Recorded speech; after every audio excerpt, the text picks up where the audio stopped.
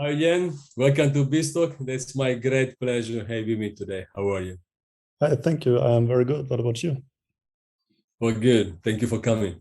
Yeah, thank you for Let's start having me. talking about your business, your startup. Yes. So basically what we do is we help e-commerce stores bring 20 to 30% of their total store revenue from CRM marketing, meaning email, SMS, and loyalty programs. And we do that just on a 100% commission basis only, because we found that's the best way to be motivated to work and deliver great results. And also it's very easy to pitch. And also it allows us to get clients locked into long-term agreements because they feel like, and we promise them if we go below 10% for more than 2 months, the agreement is terminated immediately. And that allows us to lock in long-term agreements right from the get-go. And that's why we chose to go with that model. Great. Can we talk a bit more about the business model? Yeah, so basically we get our clients from email outreach, recommendations, and Upwork. We have an Upwork profile where we get, 2 to 3 inquiries per day, I would say. Most of them are also qualified, or at least a decent amount. Then we book meetings, no matter from where they come, from Upwork, email outreach, or recommendations. Now we also start LinkedIn. But then we basically have a simple sales meeting where we just go over their current account. It's structured around an account audit where we basically go in, we tell them, hey, this is what you're currently doing. This is what we would suggest you to do. This is how we do it for other clients. Do you want to do this or not? And then once they sign the agreement, we basically go in there, build the digital infrastructure for the email marketing for them, SMS marketing, and if they want loyalty programs. And typically we get results within 30 days because it's very instantaneous. We collect the email addresses for them from their customers or website visitors. Then they receive email promotions or general content. We educate them about the brand and what the brand does and what it stands for. And yeah, typically within a month, they see a significant growth rate just from the email marketing channel. Then the SMS marketing channel also brings in around 5% of the total store revenue. The tricky thing about SMS marketing is though that we only can market to people that either gave us their phone number, which is a little bit difficult, and we always do it in a 2-step opt-in form on the landing page or on the store. So for example, unlock 10%, enter your email now, and then once they entered their email and we collected that and it's safe, we then have a second step in the pop-up where we basically offer them, hey, upgrade your discount to 20% by providing your phone number. We will send you useful information, of course. And that's how we can collect their phone numbers, or if they become a customer and they enter their phone numbers. So that's why SMS is only around 5% of the total store revenue. Email can vary a little bit because it also depends if the product is a recurring model product or something they can reorder. If the general store is very broad or if it only has like one product, but around 15 to 25% can easily come from email if we don't include the welcome offer, meaning the email collection pop-up to the paid traffic channels, but only to the organic one. If we also include the paid traffic, the pop-up to the paid traffic, that can easily bring 50 to 60% of the total store revenue attributed by email, but we typically keep it with the organic. The way we structure our general operations is that we have one account manager, basically. We have one graphic designer, we have one copywriter, and one Klaviyo manager. So basically the way we structure it, we have a client. The client tells us what the expectations for certain campaigns are. Then the copywriter writes the copy inside the Asana. The client can approve the copy. Once the copy is approved, it automatically gets, the graphic designer gets a notification. Then he can build the graphic design. Once that's finished, he will send inside Asana to the client the graphic design. Once he approves that, the Klaviyo manager gets a notification. and basically builds it inside Klaviyo, which is the email marketing software we use. And that way, it's a very slim and lean team. We can run up to, I would say, 15 clients per month on that 3-team basis. And each client brings in around, it really depends a little bit since we're going for the revenue share model. But what we aim for is a client that brings in generally with their store at least around 100,000 dollars in revenue per month. And then we bring in, let's say, an average 20% from email, meaning if we get 10% of the 20% from the email, we will basically be left with 2,000 euros per month. And since we try to lock them in a 12-year at 12-month agreement, that would mean the average client is worth between 18,000 to maybe 36,000. On one client, we also signed them on a general 3,000 euro retainer because they just wanted the general one because they thought they would just grow and the 10% would become way too much. But that's also fine with us, I guess. And generally, I think the reason why people hire us is because of the track record. So we have very good case studies and also good recommendations. We know exactly what we do. And oftentimes the point where they really decide to go with us is in the sales meeting or account audit, when we just tell them exactly what they are doing wrong at the moment and what we can fix. And typically, once they see a couple hacks, they just are like, okay, we're sold. Let's do this. So where is your market?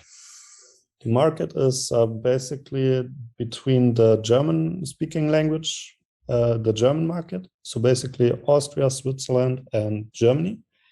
Mm-hmm. And also we have some clients from the US, but typically when the clients are from the US or the US, Canada, UK, and Australia, they have a store that is already working and they want to bring it to the German market. So basically we still operate technically in the German market, but the store could be, for example, from the US, they just want to also bring their store to Germany, and then we handle the German market. And that is because if you also take a look on LinkedIn, the competition is very low. There are maybe 5 people on LinkedIn that offer the kind of services, but to be honest, none of them showcase case studies that we can in the millions.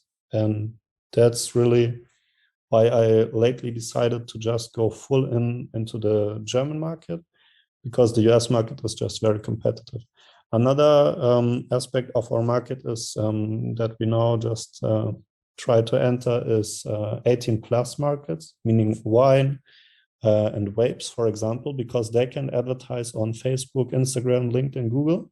So they need to find other ways to market to their audience. And email is fantastic because, for example, if a wine seller of a wine store would just add one little 10% coupon to their wine bottles, and then they sell maybe 20,000 wine bottles within the store, like a physical retail store.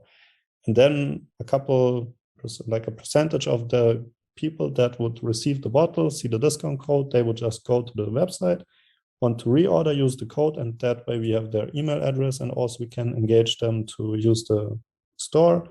Then there are certain flows, for example, after 30 days or 60, 90, we can decide. We can remarket to them. So basically we send them an email, hey, how did you like the wine? And then the specific wine that they purchased is displayed on there. And then we engage them to reorder and to become more loyal and on a repeat business model. And so basically the 18 plus German market stores that are doing above 100,000 euros a month, and they don't have to be drop shipping. They have to be a real brand and have their own products, and also they need to have good shipping. Because what happened in the beginning was that we had a client and he was doing way over 100,000 euros in revenue. But all of a sudden they couldn't keep up with the supply because they had a supplier issue, and their store went from like a couple 100,000 to zero because they didn't have the inventory. So then we were kind of tricked because we were on the revenue share only basis. And that's why we really need to make sure it's not drop shipping or something like that, but a sustainable store. I mean, what exactly are your clients? I mean, I understood the market, but who had them exactly? You say people selling goods. I would think there would be anyone doing services and a day to be branded, right? Yeah, so basically the average customer, I would say, is just the everyday e-commerce store. So they sell smart scales, they sell handbags for women, they sell shoes, they sell beauty products like creams or cleansing products. Basically, the things you could not find in a normal store. That's the perfect brand because if you can find it in any store, why would they buy from you? But still they have a mass need. So for example, smart scale now it's everywhere, and on Amazon you can find them very easily. But there was a time where you couldn't find a scale that would measure your body fat percentage and all these measurements. So they had the competitive advantage that nobody knew where they could buy this from. And those stores are perfect, but now it's very competitive also with Amazon. So now we kind of expanded or didn't have that criteria anymore, but it's generally just physical goods, and they have to be running on Shopify shops, on a Shopify store, because it just works perfect with the software then. And they just sell everything physical. It doesn't have to be too cheap. They have to have a certain margin because they cannot be resellers for Nike, for example, because their margin isn't sustainable enough for us to make sense of 10% revenue share and maybe a 10% discount code. So ideally, they have a branded product that, for example, socks, also very good. They buy it for $4, sell it for $40 in a pack, and they have incredible margins, and they are fine with giving away discounts, and also, they just have the margin of, I don't know, 50% plus. That is where the sweet spot is. Great. What about technology? I mean, the technology you're using is pretty clear, but not all the stores and e-commerce can have the right technology. How do you approach this? So basically, the software we use for email marketing is Klaviyo, for the reason that it simply integrates with most of the store softwares. So we can use Shopify stores, we can go to WooCommerce, we can go to Magento, and also they have custom solutions. So I think that that's not a big issue because Klaviyo did a great job in providing the integrations. So technically, we could go for every market, but every store software or stores, but we found that Shopify owners, they just think a little bit different, and also they are well connected, so that's great for recommendations, and they seem to be the easiest to go to, and there are enough of them to just go for them at the moment. But technically any shops yes could use your service to increase revenue as long as they ship goods and they can be recognized as branded, right? Has some branding. But why you are targeting only the Germans speaking market? That's basically because it's the market is reasonably big at the moment. So I mean, it's very not saturated for the service. So if I would market and send out cold emails in the US, for example, I would have to send out to maybe 150 stores to get one meeting booked. But if I send out cold emails to the German market, they don't get those emails that often. So maybe I only have to send out 1 out of 50.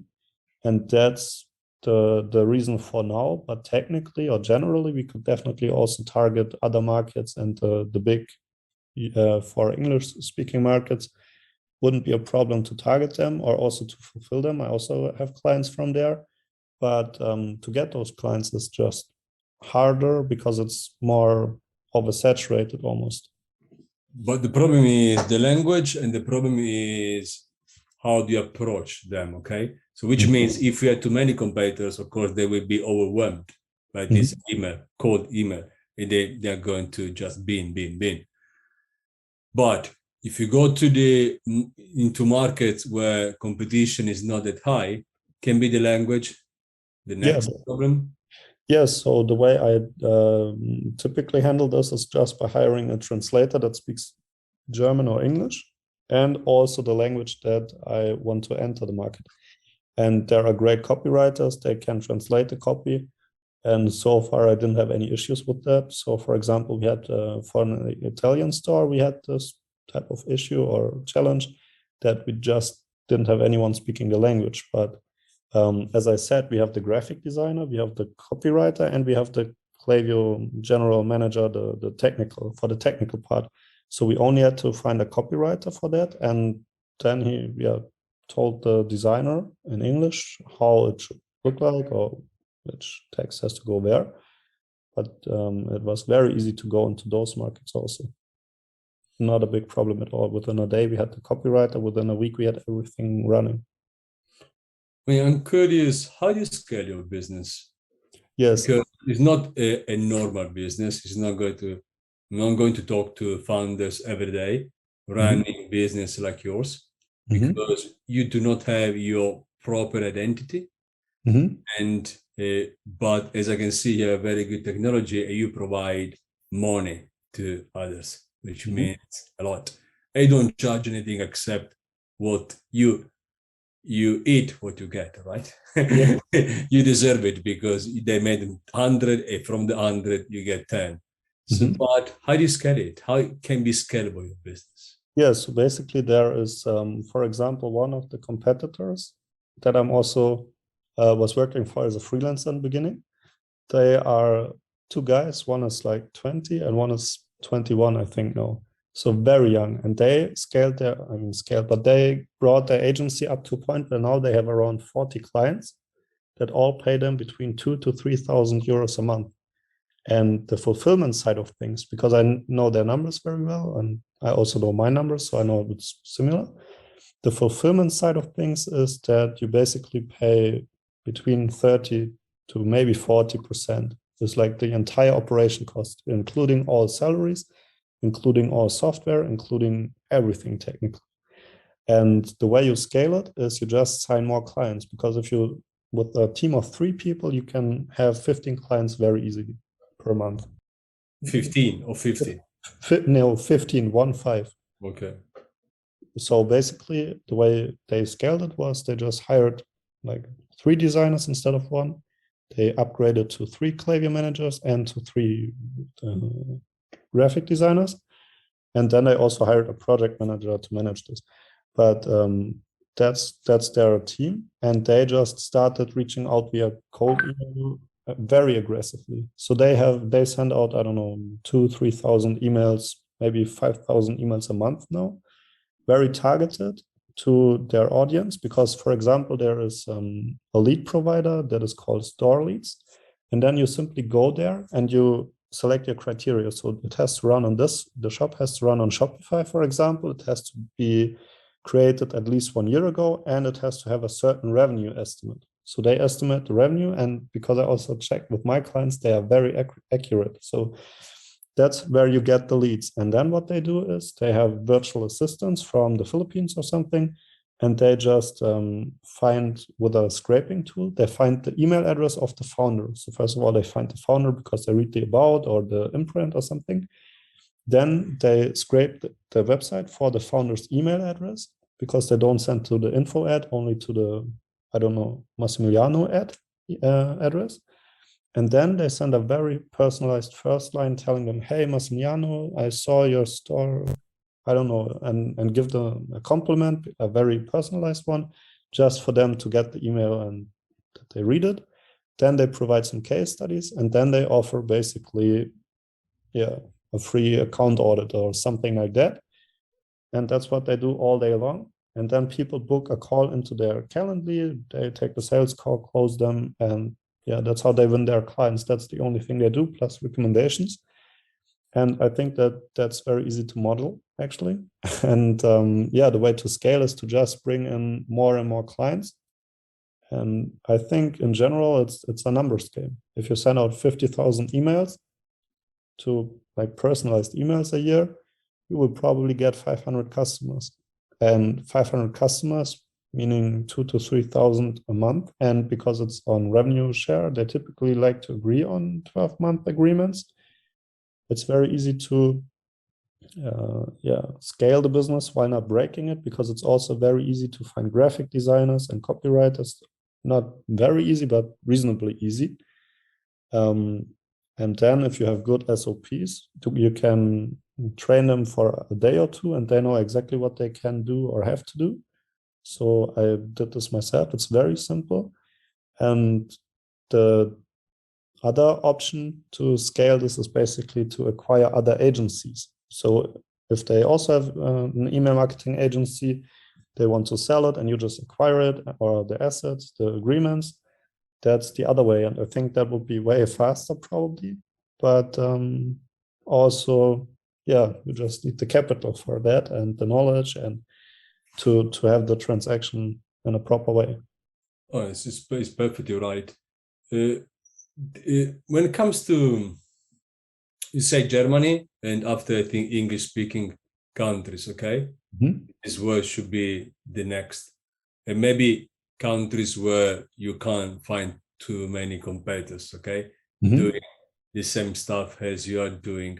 I'm curious, what's the average of the lifetime value of your clients? How long have you, first of all, how long have you running this? And normally a client can last for 24 months, for example? Yes, so basically I run this since 18 months or so, I would say.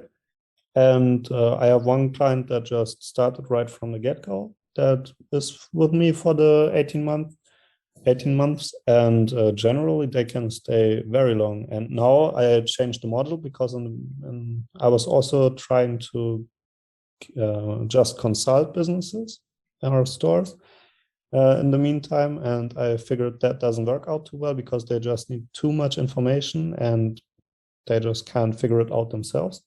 Mm-hmm. But now I really want to go back to the model where they just sign a 12-month agreement right from the get-go, and I found that they are very happy to do so if you guarantee them a certain percentage of the store revenue, that you only take a cut, and also if you go below 10% of the total store revenue that you generate for them, then the agreement is terminated immediately or like after a month or so. So you need to perform at least 10% of their current revenue. So if they're making 100K, you need to perform at least 10,000 and exactly. you get 10% of the 10,000, right? Yes, exactly. But typically I think 10% is, I took that number because it's no risk at all for us. We never performed that low, never happened.